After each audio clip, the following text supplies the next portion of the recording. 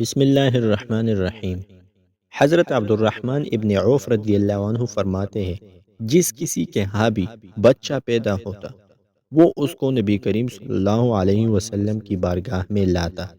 نبی اکرم صلی اللہ علیہ وسلم اس کے لیے دعا فرماتے۔ اسی طرح مروان بن حکم کو بھی رسول اللہ صلی اللہ علیہ وسلم کی بارگاہ میں پیش کیا گیا۔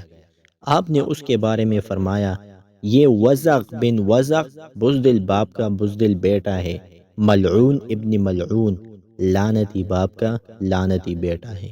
اللہ اکبر۔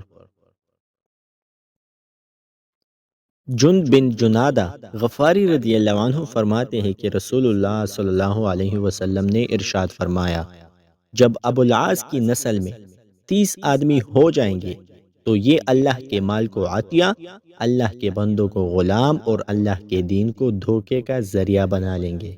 حلام کہتے ہیں، حضرت ابو ذر کے اس بیان کا کئی لوگوں نے انکار کیا تو حضرت علی ابن ابی طالب رضی اللہ عنہ نے گواہی دیتے ہوئے فرمایا، میں نے رسول اللہ صلی اللہ علیہ وسلم کو یہ ارشاد فرماتے ہوئے سنا ہے کہ ابو ذر سے زیادہ سچے لہجے والا چشم فلک نے بھی کوئی انسان نہیں دیکھا، اور میں یہ گواہی دیتا ہوں کہ رسول اللہ صلی اللہ علیہ وسلم نے یہ بات کہی ہے۔